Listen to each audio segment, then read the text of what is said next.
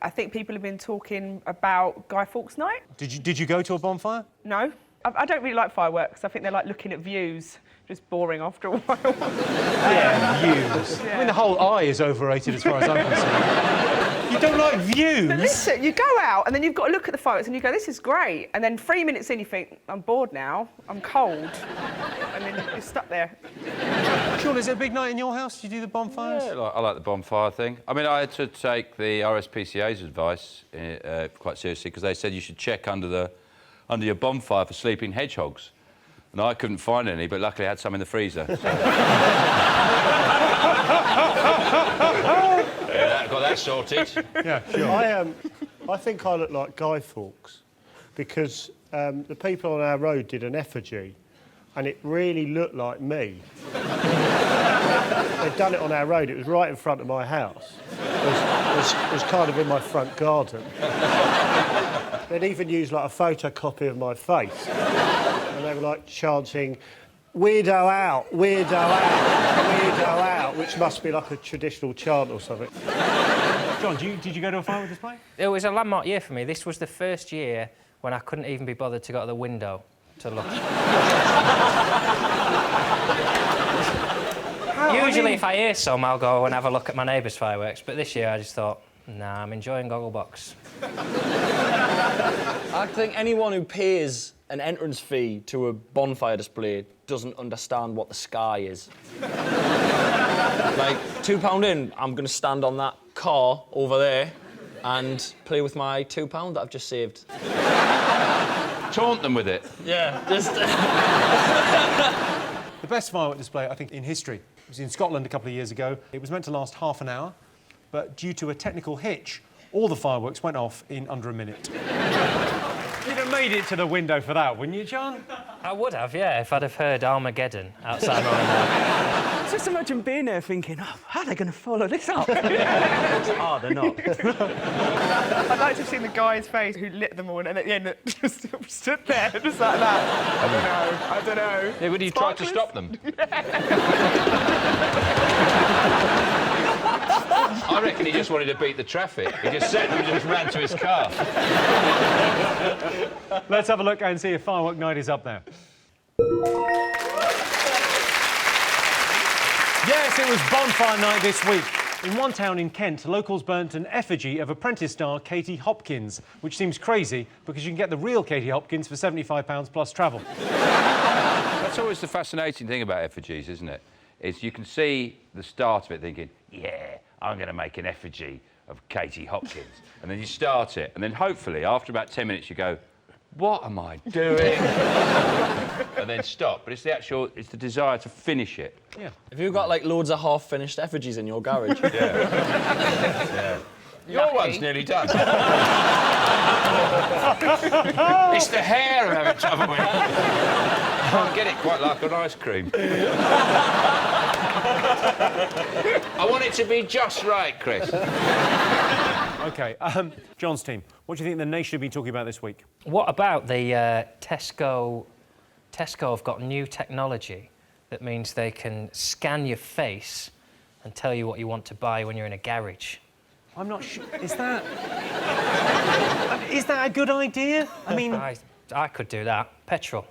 So Tesco's are rolling out new advertising screens in 450 of their petrol stations. They use hidden cameras to scan people's faces to determine their age bracket and if they're male or female, and then they can sort of market products to them. So how do they tell you what they think you should buy? Do they whisper it?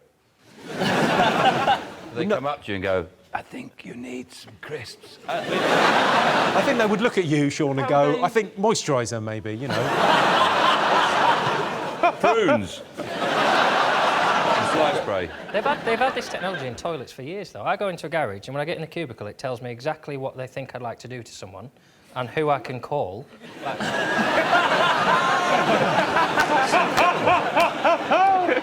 Alex, you used to work for Tesco's. Yeah. Is this a good idea? I was a heartthrob on the tills back in the day. Heartthrob on the tills? Yeah, of course you were. where you were just on the main tills? Yeah, I was on the tills. I mean, I'm crap at shelf stacking, so... tills is the only place they were going to put me.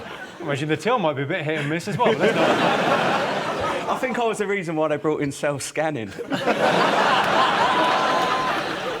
The long game of it is to get to improve shopping experiences around the supermarket, and I don't think that's going to make much difference. If they want to make shopping better, I just think it's simple. Just make a shopping trolley that adults can sit in. Who's going to push you around, though? I just ask someone. I'll just sit there until someone pushes me around. Or you could get a baguette. And punt around the supermarket. A couple of them. Yeah. Sean, have you ever played a video game? Are you... No, I don't see what's wrong with conkers, really. How could you not have a better game than that? And you don't need a queue. Nobody ever stood round a conker tree at midnight going, the big one's going to drop. Look at it, it's going to go. I'm getting it. Well, I always wonder about computer games. You know, in a computer game, if you walk into a wall or something, he goes, ugh. I always think that was someone's job to make that noise. Someone got paid to sit in a studio for a day going, oh. I'd do that. If they make a game where there's a little gremlin wandering around, I'd happily spend a week of my life going, ugh. What about the guy whose job it was to find out what noise you make when you walk into a wall? Surely you got it now. I don't really play like Call of Duty. I play a lot of like FIFA, but the worst thing about online gaming is the messages you get from people when you beat them. Like I had one the other day which was all in Spanish, and I Google translated it, and it wasn't very nice. And if you're watching Carlitos 97, I don't shag my mum, so the joke's on you. I like the story of the Indian mission to Mars. A few years ago, the Chinese put a mission into space, and it's quite funny. It's a very similar response to it. The Chinese went into space, and the British press had the same kind of reaction they had with the Indian one, which is a bit like Cool Runnings. It is. It's a bit like, what? The Indians go, you know, they've got a space mission going on. And the thing I think's odd about it is it cost like 48 million. No, but this is it. This is why it's controversial, because Britain gives £280 million in aid annually to India, and the mission costs £45 million. They go into Mars. So we're giving them this money, and they're leaving. It's like you've lent your mate money who's skint so he can come out on a night out and he's got a round in and hasn't got you a drink. I'll tell you what's mad. The cost of it is half of Gareth Bale. That's what's... Real Madrid could have bought a slightly shit player and gone to Mars. Well, you put it in those terms. Very good. Roisin, would you like to go to Mars? No, thanks. No. It wasn't like a date suggestion, was it? Sounded like one, Jimmy. I don't understand. It's got so much poverty there, and I think their priorities are completely mental. It's like someone who's got a Vauxhall in their garden with no wheels, yet they'd put tinted windows in and a sound system. They've got so much poverty there, they can't justify spending that money going to Mars. When I'm skint, the first thing to go is space exploration. I'll cut it out. The whole thing with the mission is to tell whether there's methane in the atmosphere. So basically, they spent 45 million to see if Mars smells of shit. I don't understand what's the point of that? I'd like to live there.